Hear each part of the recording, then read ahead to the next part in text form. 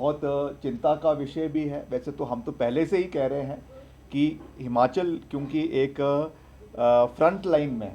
हिमाचल का सेब पूरे देश के अंदर जाता है,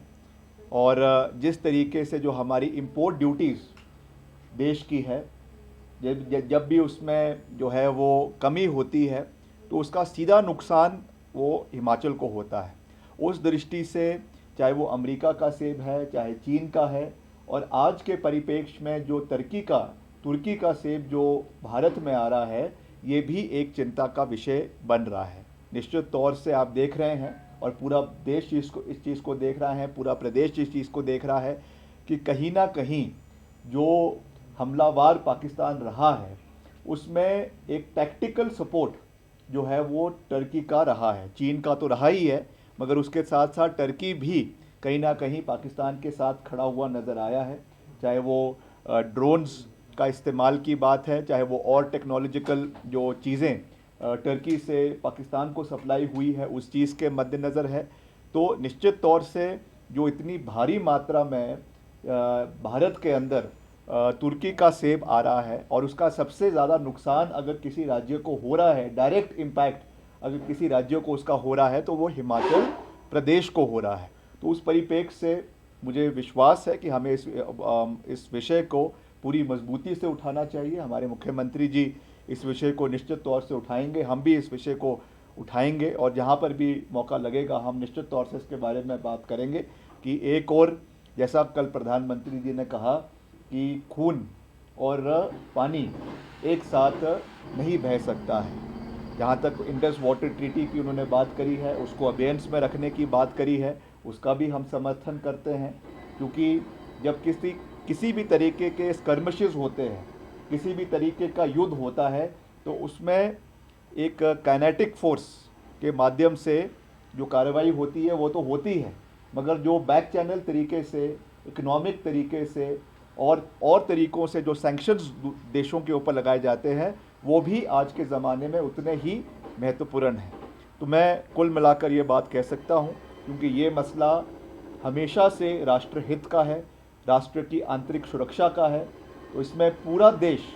जो है वो प्रधानमंत्री जी के साथ और जो है सरकार के साथ खड़ा है। मगर ये ज़रूरी है कि आज के परिप्रेक्ष्य में लोकसभा का सदन जो है वो बुलाना चाहिए, पार्लियामेंट को कन्वीन करना चाहिए, ताकि वहाँ पर जिस तरीके से एक सॉलिडारिटी विपक्ष के नेताओं ने पूरे देश में इस डिफ़िकल्ट समय के अंदर दिखाई है, उसी को आने वाले समय में लोकसभा के अंदर और राज्यसभा के अंदर भी उस चीज़ को पूरी गंभीरता के साथ जितने भी हमारे वरिष्ठ नेता हैं वो उस चीज़ को उठाएं। हाँ, नहीं, देखिए, ये भी एक चिंता का विषय तो है ही है कि करीबन 2.5 बिलियन का जो है लोन वो इंटरनेशनल मॉनेटरी फंड द्वारा पाकिस्तान को सैंक्शन हुआ है। हालांकि it was in the pipeline for a very long period of time, मगर उसका उस समय सैंक्शन होना, जब इस तरीके की स्कर्मिशेस हमारे देश के साथ हो रही है, वो निश्चित तौर से मुझे विश्वास है कि हमारे राजदूतों ने, हमारी सरकार ने इस विषय को हर राज्यों के साथ और हर देशों के साथ और पर्टिकुलरली अमेरिका के साथ उठाया होगा, उसमें कोई दो राय नहीं है। मगर इन द लॉन्गर रन कैसे हमें इससे बाहर उबरना है, कैसे हमें उनकी फंडिंग को रोकना है, इस पे जो केंद्र सरकार है, हमारे डिप्लोमेटिक चैनल्स है, इसके ऊपर निश्चित तौर से वो कार्रवाई करेंगे, इसमें जो है वो कोई दो राय नहीं है।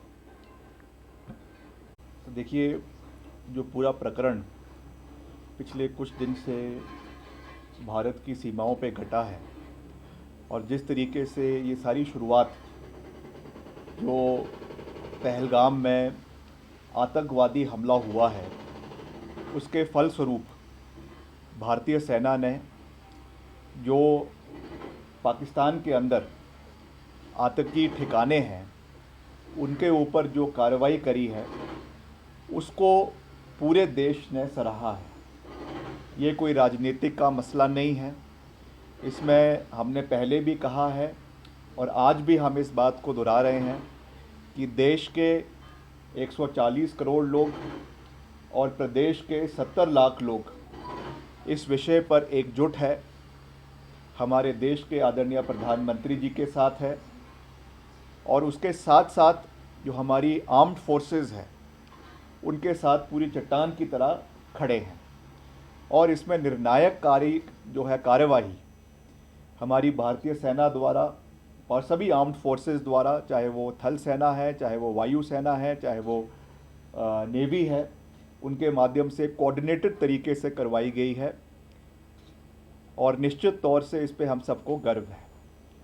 जिस तरीके से अमेरिका के राष्ट्रपति ने इसमें जो बात रखी है, जो उन्होंने सीज़ फायर की बात करी है, और हमारे आदरणीय प्रधानमंत्री श्री नरेंद्र मोदी जी ने पिछले कल जो देश को संबोधन दिया उसमें क्लैरिटी से इस बारे में बात नहीं हुई है। तो इस पे पूरे विपक्षी दल ने, जिसमें कांग्रेस पार्टी प्रमुख विपक्षी दल है और उसके साथ साथ सभी और विपक्षी दलों ने ये कहा है कि इमीडिएटली जो है वो लोकसभा का और राज्यसभा का सेशन कॉल करना चाहिए, पार्लियामेंट के सेशन को कॉल करना चाहिए, क्योंकि सभी लोगों को अपना विचार रखना का अधिकार भी है और सबने जो देश की एकता है, देश की अखंडता है और जो एकता पूरे विपक्ष ने सरकार के साथ इस पूरे संकट की घड़ी में दिखाया है, उसको सदन के पटल के ऊपर भी दिखाने की आवश्यकता है। इसीलिए ये स्वाभाविक है कि लोकसभा का सेशन इमीडिएटली कॉल होना चाहिए और सब वहाँ पर अपनी बात को रखें, किस तरीके से आगे हमने अपनी नीति को बनाना है, किस तरीके से नीति को तय करना है। ये हमारे जो देश के नेता हैं, चाहे वो पक्ष के हैं चाहे वो विपक्ष के हैं, वो इसके ऊपर अपनी चर्चा करें और हमारी आने वाले समय में क्या नीति रहेगी। क्योंकि अभी भी प्रधानमंत्री जी ने कल अपने अभिभाषण में ये बात करी है कि हमने सीज़ फायर को परमानेंटली बंद नहीं किया है। ये पाकिस्तान के रिस्पॉन्स पे तय होगा कि आने वाले समय में किस तरीके से हमारी आर्म्ड फोर्सेस आने वाले समय में जो है वो कार्रवाई करती है। तो ये इंटरिम एक तरफ से सीज़ फायर की बात की गई है, मगर उसमें जिस तरीके से जो ट्वीट्स और जो बयान अमेरिका के राष्ट्रपति के विषय से आए हैं, ये सब चीज़ें निश्चित तौर से इसके ऊपर विचार मंथन होना चाहिए। तो उस दृष्टि से लोकसभा का सदन आने वाले समय में जो है वो कॉल होना चाहिए।